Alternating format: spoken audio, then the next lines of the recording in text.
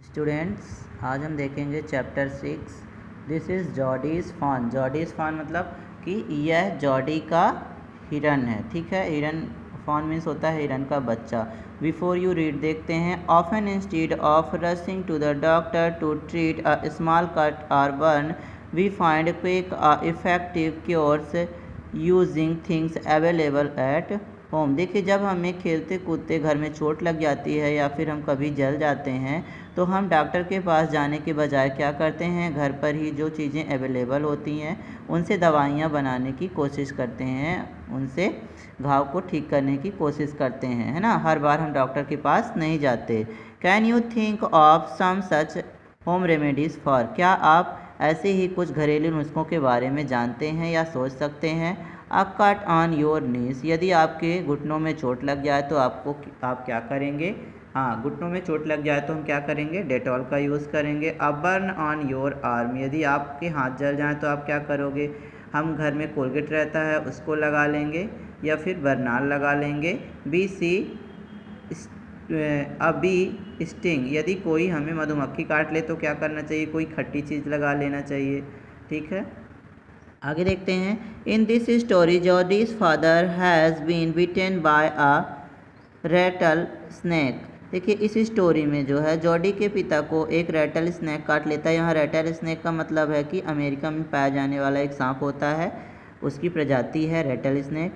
He quickly kills a doe and uses its heart and liver to draw out the poison. देखिए, इसके लिए क्या किया गया कि उसके पिता को जब सांप काट लेता है तो वो एक हिरनी को, डो मीन्स होता है हिरनी, अमेरिका की हिरनी होती है तो उसे डो बोला जाता है। तो एक डो को क्या करते हैं, मार डालते हैं और उसके हार्ट और लीवर को निकालते हैं और उससे सांप का पॉइजन निकालने की कोशिश करते हैं, जहर निकालते हैं। ठीक है, Jody wonders what will happen to little fawn left without a mother. Jody सोचता है कि उस छोटे से बच्चे का, हिरन के बच्चे का क्या हुआ होगा जब उसकी माँ नहीं रही, है ना, उसकी माँ मर गई तो उस छोटे बच्चे का क्या होगा। आगे देखते हैं स्टोरी में। Jody followed his thought to drift back to the fawn. देखिए, जॉडी बार बार बस उसी हिरन के बच्चे के बारे में सोचने लगता था। ठीक है, he could not keep it out of his mind. वह उसे अपने दिमाग से बाहर नहीं निकाल पा रहा था। He had held it in his dreams in his arms. वह हमेशा उसे अपने सपने में देखता था कि वह उस हिरन के बच्चे को अपनी बाहों में पकड़ा हुआ है। He slipped from the table and went to his father bedside. वह अपनी टेबल से उठा और जा करके अपने पिता के बगल में बैठ गया। ठीक है, पेनी ले एट रेस्ट। पेनी उसके पिता का नाम है, वो चुपचाप लेटे हुए हैं आराम से। His eyes were opened and clear. उनकी आँखें एकदम साफ और खुली हुई हैं। But the प्यूपिल were still dark and dilated. लेकिन जो अभी उनकी आँखों की पुतलियाँ हैं तो वो बिल्कुल अभी डार्क कलर की हैं, गहरे कलर की हैं और बड़ी बड़ी हुई हैं। Jordi sad. जॉडी कहता है, हाउ आर यू फीलिंग पा। अब आपको कैसा लग रहा है पापा। जस्ट फाइन सन। तो उसके पापा कहते हैं कि अब मैं ठीक हूँ बेटा। Old death has gone thieving elsewhere but wasn't a close shave. देखो, कह रहा है कि वो जो मौत आई थी वो कहीं और चली गई है, लेकिन मैं मरते मरते बचा हूँ, थोड़ा सा ही बचा हूँ मरने से। I agree. तो जॉडी कहता है, हाँ मैं बिल्कुल सहमत हूँ। Penny said, I am proud of you boy. मुझे तुम पर गर्व है बच्चे। The way you kept your head and did what was needed. जब ऐसा समय आया तो तुमने अपने दिमाग को ठंडा रखा और जो करना चाहिए, जिसकी आवश्यकता थी, वही तुमने किया। ठीक है, आगे देखते हैं। तो वो कहता है, पा यस सन। तो कहता है पापा। तो उसके पिताजी कहते हैं, हाँ बेटा बोलो। Pa do you recollect the doe and the fawn. कहता है कि क्या आपको याद है उस हिरन और उसके बच्चे के बारे में। I can never forget them. मैं उन्हें कभी भी नहीं भूल सकता हूँ। The poor doe saved me. उस बेचारे हिरन ने मेरी जान बचाई है। That's certain. और यह निश्चित है, मैं कभी इसे भूल नहीं सकता। पा द फॉन में बी आउट देयर एट, तो वो कहता, जॉडी कहता है कि पापा अभी वो हिरन का बच्चा उसी जंगल में होगा। It might be hungry and very scared, वह निश्चित ही बहुत भूखा होगा और बहुत ज़्यादा डरा हुआ होगा। आई सपोज सो, मैं भी सोचता हूँ कि हाँ बिल्कुल ऐसा ही होगा। Pa I am a big boy now and don't need to drink milk, पापा मैं अब एक बड़ा बच्चा हो गया हूँ और मुझे दूध पीने की ज़रूरत नहीं है। Why don't I go to see if I can find the fawn, यहाँ इसलिए ये ऐसा इसलिए कहता है कि ताकि वो हिरन के बच्चे को ले आ सके और अपने हिस्से का दूध उसे पिला सके। तो फिर कहता है वाई डोंट आई गो, मैं क्यों ना मैं वहाँ चला जाऊँ और उसे ढूंढकर फॉन के बच्चे को ले आऊँ। And bring it there here, तो उसके पापा कहते और तुम उसे यहाँ लाओगे। एंड रेस इट, और उसे पालोगे। Penny lay quiet staring at the ceiling, Penny चुपचाप और छत की ओर देखने लगता लेटा रहता है और छत की ओर देखता रहता है। Why you have got me hemmed in, तो कहता है कि अरे बच्चे तुमने तो मुझे बहुत ही कठिन परिस्थिति में डाल दिया है ना।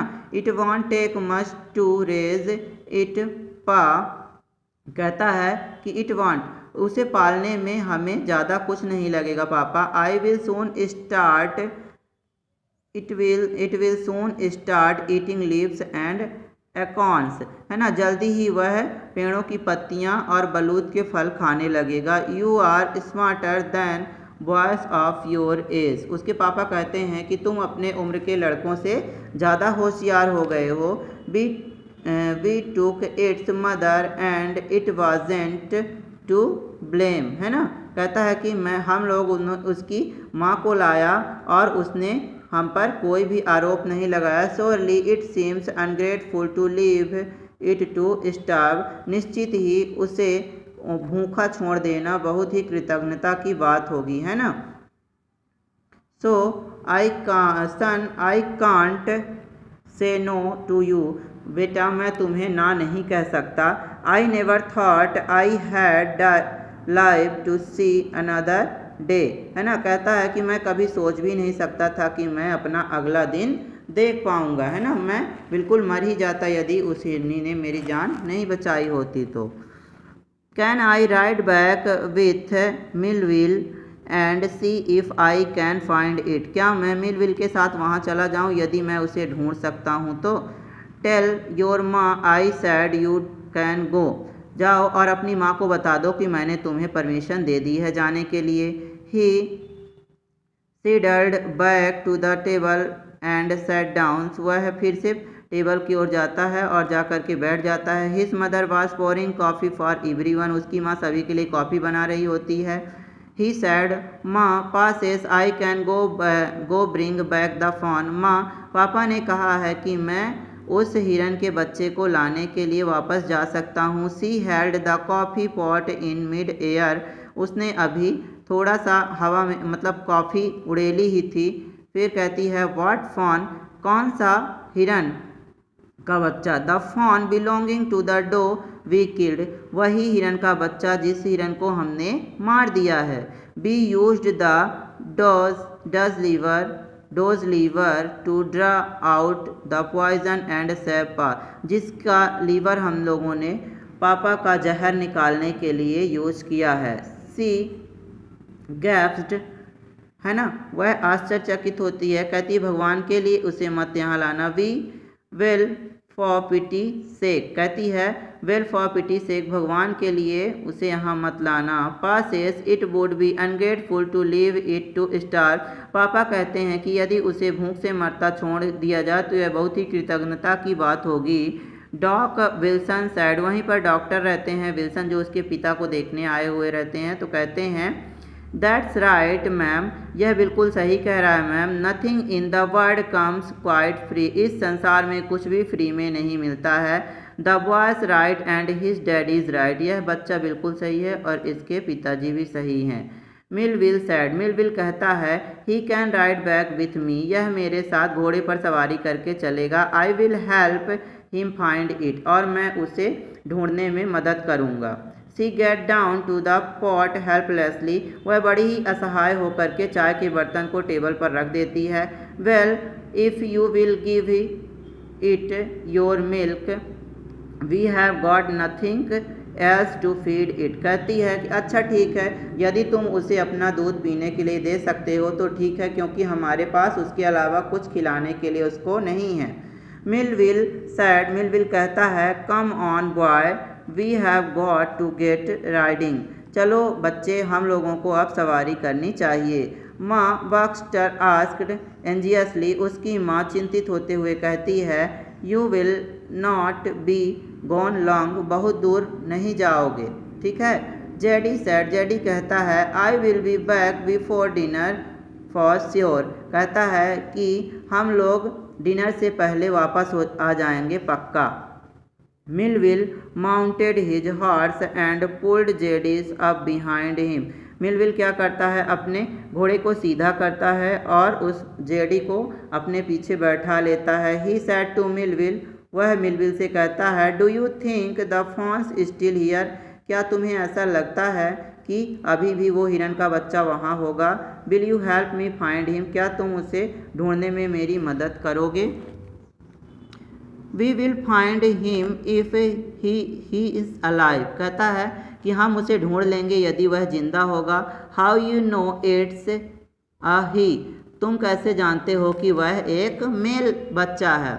The spots were all in a line, क्योंकि उसके जो बने हुए स्पॉट हैं शरीर पर वो बिल्कुल लाइन में हैं। On a doe fawn passes the spot or every which way, कहता है कि जो हिरन का बच्चा होता है और मेल होता है तो पापा कहते हैं कि जो उसके स्पॉट होते हैं वो सभी, जो मतलब डोफॉन होता है मतलब कि जो हिरनी होती है उसके जो स्पॉट होते हैं चारों तरफ बिखरे हुए होते हैं, लेकिन जो मेल हिरन होता है उसके स्पॉट सीधे होते हैं, है ना। इसीलिए मैं जानता हूँ कि वह एक मेल हिरन का बच्चा है। Thanks students. इस तरह से ये पार्ट फर्स्ट यहाँ पे एंड होता है। पार्ट सेकंड नेक्स्ट डे हम देखेंगे। थैंक्स।